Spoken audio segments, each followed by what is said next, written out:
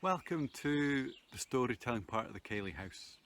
And I thought, being midsummer, that maybe we could step outside and enjoy this fine Scottish midsummer's afternoon.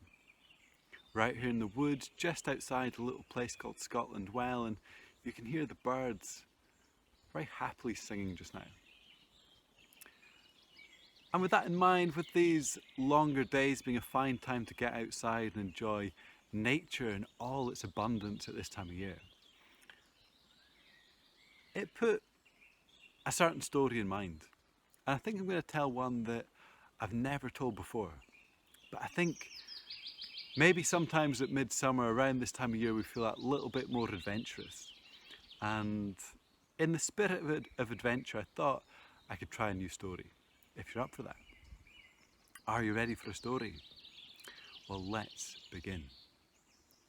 A long time ago, way down in the borderland between Scotland and England, nestled between two rolling hills, there was a cottage, and inside that cottage lived a woman and her two sons. They were poor. Life was tough. Chopping wood, gathering water from the well or from the river, tending the crops, back-breaking work, and they were so poor they could barely afford any food. Oatmeal for porridge. All their tools were old and rusted and hard to work with. Their clothes were threadbare. And well, understandably, her oldest teenage boy had soon had enough of this. He'd heard great stories of far-off exciting places like Edinburgh and Falkirk and all sorts. And he said, "Mother, I'm off. I need to go and find my fortune. What is there for me in a wee place like this?" And she knew she couldn't step in his way. She said, "Very well, son. Take this, go to the river and bring back some water. And with the water you bring back, I will make you a snack. I will bake you a bannock that you can take on your adventure." Well, she gave him a sieve. She gave him a cracked bowl, and as he looked at these two items with disdain, he made his way down to the river. The meandering river Tweed. And as he placed one into the river and pulled up its water, psh, it all fell through. He scooped it again, psh, it all fell through. And in between the bubbling of the river and the tshing of the water flowing through the sieve, he heard a sound.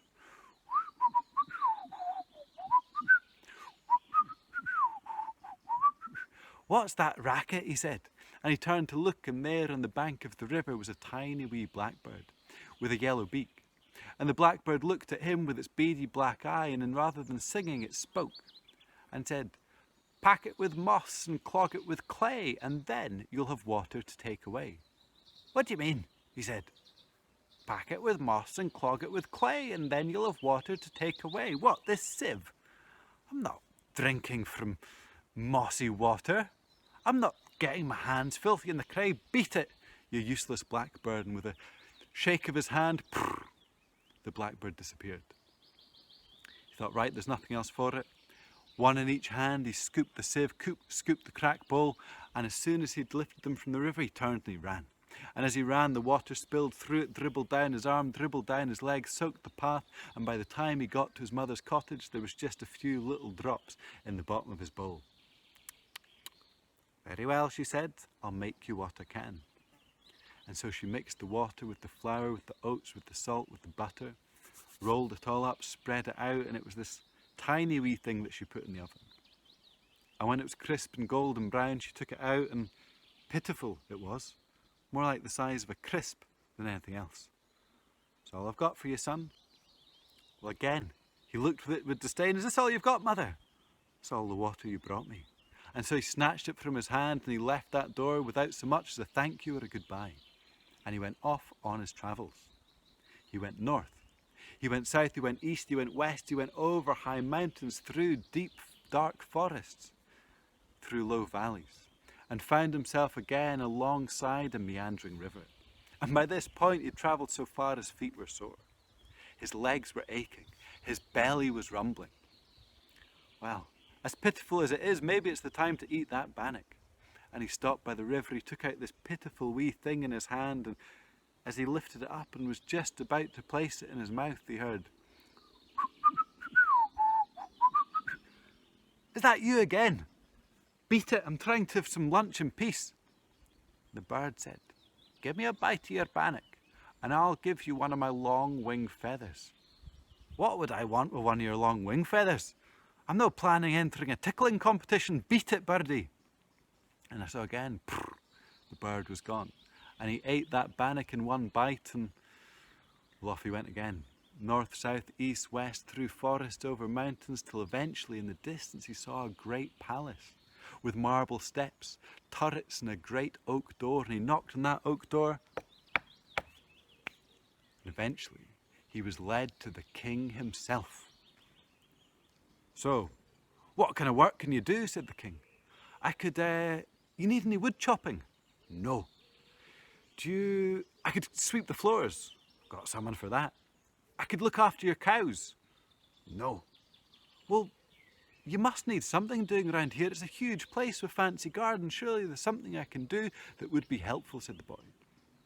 And the king looked at him through narrowed eyes and said, are you any good at herding hares? Herding hares? Like the wee rabbit things? Well, the boy had never heard of such a ridiculous thing in all his life. He'd heard of herding sheep. He'd heard of herding cows, even herding a couple of rogue goats or two, but never herding hares. What choice did he have? I tell you, sire, I'm the finest herder of hares in all the borderlands. I won't let you down. I will take care of your hares. They will come back like a dream. And the king said, very well. For if you speak the truth, you will be finely rewarded. And as he said this, the boy rubbed his hands with glee because he had heard these old stories. He knew fine well the kind of fortunes that laid in wait for those that served the king. Money, land, marriage. So happily he was led to his bedroom, although he did notice the absence of supper. And when he was led to this fancy bedroom, there was certainly a rumbling in his stomach. As he was brought in and presented a four-poster bed with Egyptian cotton sheets, fine hangings and paintings on the wall, he couldn't help but think that despite all this finery, he would trade it in for a half-decent meal. He lay awake that night, hunger gnawing at his belly. And when he finally fell asleep, he fell into a deep, fitful state of sleep, tossing and turning. He awoke well after the crow of the cockerel. By the time he got downstairs, there was no porridge, there was no tea, no breakfast. He was led, bleary-eyed, miserable, to the barn where the 24 hares were hopping with one little lame one on the side. And miserably he led them out to the meadow, out to the field. And as those hares hopped and they nibbled sweet grass, as they sniffed fragrant flowers, as they played in the bushes, he thought, as he saw them nibbling, how he could do with something to nibble on himself. If only I had another bannock, he thought. If only the king had given me breakfast. Well, surely it's the king's duty to feed me something. And as he saw these hares hopping about, he thought, surely the king won't miss one of these 25 hares. So he crept up. And he lunged at a hare, but it hopped out the way much quicker than he. And he ran after another, but whoosh, 45 miles an hour a hare can run. This boy was nowhere close. And as these hares scarpered and dashed and jumped, and he couldn't get close, he looked back to where he'd started, and there was that one little lame hare. And as he approached that little lame hare, and it looked up at him with his liquid brown eyes, and its nose twitched and its whiskers twiggled with fear. As he came and placed his hands upon it, he thought, can I kill this innocent, sweet creature to satisfy my own hunger?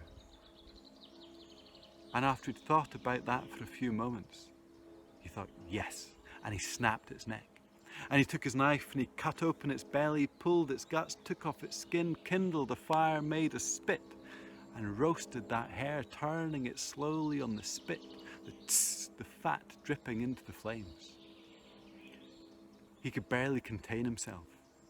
Once that flesh was browned, he took it and he ate it all in one, chewing its flesh, pulling, sucking the bones and the grease dribbling down his chin. Finally, his hunger was satisfied. and content with the sun shining up above his head in that midsummer's day, he slept. He slept in that beautiful meadow. When the laddie awoke, the sun was sinking lower in the western sky.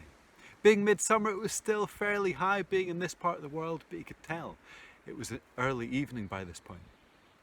The birds had that lazy, late afternoon, early evening lilt to their song. And as he awoke with the start, the fire gone out, he looked around for those hares, and were they anywhere to be seen? But no, they'd scampered to the far end of the field, across the meadow, and he tried to call them back, but did they trust him? No. He tried to demand they come back to him right now. Were they interested? No. He tried to lure them back with dandelion leaf and sweet grass, but not the slightest interested. And eventually, regretfully, he had to make his way back to the palace empty-handed. And when the king asked him, "Where are my hares?" he had to admit that he'd lost them all. They'd been too quick. Even the wee one. Even the wee lame hare. How could you not catch that? Well, I could catch that, but that was the one I killed and ate. I was so hungry, he said. And as he announced this to the king's fist started trembling, clenched. His jaw hung open with shock. He shouted, "Off with his head!" And that was the end of the first laddie. A year and a day passed, and life was the same as it always was back in that little cottage in the borders nestled between two hills. The family was still poor, the mother and the one son that was left, and that one son, although he dearly cared for his mother and didn't want to see her stuck, said, "Mother, I need to leave. I know that my calling lies elsewhere. I need to follow in my brother's footsteps. And when I make my fortune, I won't forget about you. I'll send you some back, or you can come and join me in some place that will suit us much better than this wee hovel." And she knew, although she'd missed this dear boy, she couldn't stop him. She likewise sent him to the river. He took his sieve, he took his cracked bowl, and when he got to the flowing banks of the River Tweed, what did he hear but what a sweet song. What a sweet sound of the birds singing, lilting in amongst the flowing waters. And as he listened to that, as he worked out how he was going to fill these two rather useless utensils, he heard not a song but speech, saying, "Stuff it with moss and pack it with clay, and then you'll have water to take away." A speaking bird, could this be true? Pack it with moss and stuff it with clay, and then you'll have water to take away. A fine idea indeed, birdie. You're smarter than you look.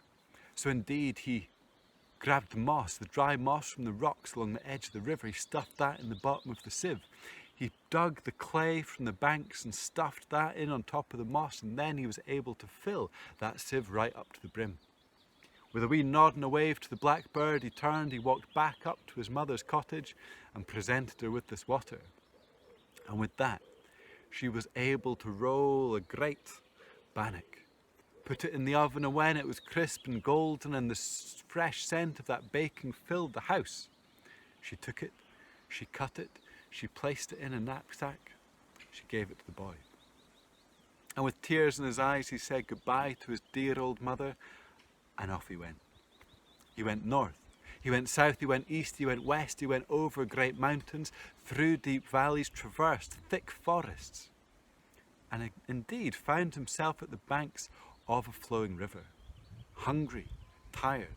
And as he sat down to eat his bannock, what did he hear but, "Birdie, is that you? Give me a bit of your bannock, and I'll give you one of my long wing feathers." "I didn't need one of your feathers, Birdie, but here, I've got more than enough bannock." And he lifted up a few crumbs, and the birdie happily ate them. The birdie insisted he take one of his feathers, and as he plucked it, the feather grew. It became long. And the birdie instructed him to peel that feather, to cut it, to pierce it, and turn it into a whistle. And when he played that whistle, just as sweet as the bird had sung, if not sweeter. And so as he thanked the bird and the bird fluttered away, he carried on playing. And as he played, well, he didn't walk north, south, east and west, he danced. He danced all the way over hills, he danced through the forest, he danced along the river till he came to that palace. And as he knocked on the big palace door, he danced his way in. He was led to the king, and when he heard the king's request, his requirement, herding hares. Well, I've never done such a thing, but I'll give it my best shot. That was good enough for the king. He was led upstairs, he was led to a fancy bedroom chamber, 4-poster bed, Egyptian cotton sheets. And as he sat in those comfy sheets, fires flickering in the wall, he was able to open up his knapsack and make a meal of his bannock where no supper had been provided by the king. The next day he awoke with the crow of the cockerel. He went downstairs, he was given those 25 hares, 24 and one little lame one. He went out to the field, and as he watched the hares hop and nibble grass and play and frolic in the sunshine, it was such a delightful scene that the only thing that could have made it more beautiful would have been a wee bit of music. So he pulled out his whistle and he played and he played and he played. When he played, it was as if the music came from another world. The hares with their ears turned and listened, their whiskers flickering, and before long they were tapping their great big feet. Before much longer they were hopping and bounding around, they were skipping in circles, running up and down the length of the field, hopping in great figures of 8, the finest hare ceilidh that possibly has ever been known. And as those hares danced, as those hares leapt and sprung, the other animals crowded round. The eagles and the hawks swooped in the sky above them, putting their hunting on pause. The squirrels scampered down from the trees, and they listened with their little tufted ears from the dry stone wall at the edge of the field. The swans and the ducks and the pools and the ponds, they came and they cocked their ears. A great peace came across the land, and the laddie carried on playing, the hares carried on dancing. They played and danced till the sun was also sinking low in the sky, and he realised it was time to go back to the palace. He rounded up the hares and off they went, and 1, 2, 3, 22, 23, 24, where's the little lame hare? He went back to where they'd been that afternoon, and there, in amongst the trampled down grass, was the wee lame hare. Tired, exhausted, lying on its side from all the revelry. And he scooped it up, and its nose twitched, and it looked at him with her little liquid brown eyes. He popped it in his pocket. There, little hare, come with me. And he carried her back as the rest of the hares hopped along happily. Got back to the palace. But when he saw the hard earthen floor of the barn that all the other hares were going into, he goes, "You'll never survive the night in there. Come with me." And he took her up the stairs, took her along the corridor, took her into his chamber and laid her on those Egyptian cotton sheets on the 4-poster bed. Then he went to tell the king. Well, the king, upon inspection, noticed that wee lame hare was gone, said, "Where is she? Where's the wee lame hare?" "Sire, I'll show you."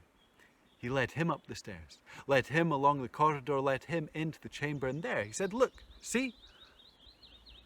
Although it wasn't quite what he'd expected. For there on the bed was no little brown hare with long ears twitching. There were liquid brown eyes staring back at him, but those liquid brown eyes belonged to possibly the most beautiful woman he'd ever seen. Long red hair flowing past her shoulders, an amber necklace in her chest, a dark green dress. And she sat there with the poise that was kind of regal, and that little bit feral too. And before he could say anything, she spoke. She said, "Father, this laddie has broken the enchantment. This laddie knows how to play a tune so fine that even the hares leap and dance with joy. This laddie is the sort of laddie we need around here." Well, the king was a stern-faced chap, and he didn't look convinced, but whilst he was busy frowning, the princess looked at the laddie, gave him a wink, and he knew what to do. He took out his whistle and he started playing. And as he played, his music was so delightful it filled the room, and before long the frown softened on the king's face. Before much longer his foot was tapping, and before too much longer they were all dancing in that chamber. They danced down the corridor, they danced down the stairs, they danced into the great hall, and there were the servants dancing too. They had a ceilidh to end all ceilidhs. There was feasting, there was dancing, there was stories, there was singing, there was laughter, there was ale, there was probably a bit of whiskey. And those little hares, they came out the barn and they were hopping around dancing too, doing the eightsome reel. It was one of the finest ceilidhs ever known in that part of the country. And you know, the laddie played that finely that I think he softened that king's hard heart after all. He was allowed to stay. He sent for his mother, she came and she lived in the palace with them. And when that old king finally died, when the princess became queen, it said that she ruled that land well with that laddie who herded hares by her side. The music and the ceilidhs were renowned, and it said that when they played, and when the people and the hares danced together, that a great peace crossed the land. And may we all get a sense of that peace, and may we all get a sense of some of that delightful music throughout this midsummer solstice and throughout the second part of 2020. Thanks for listening.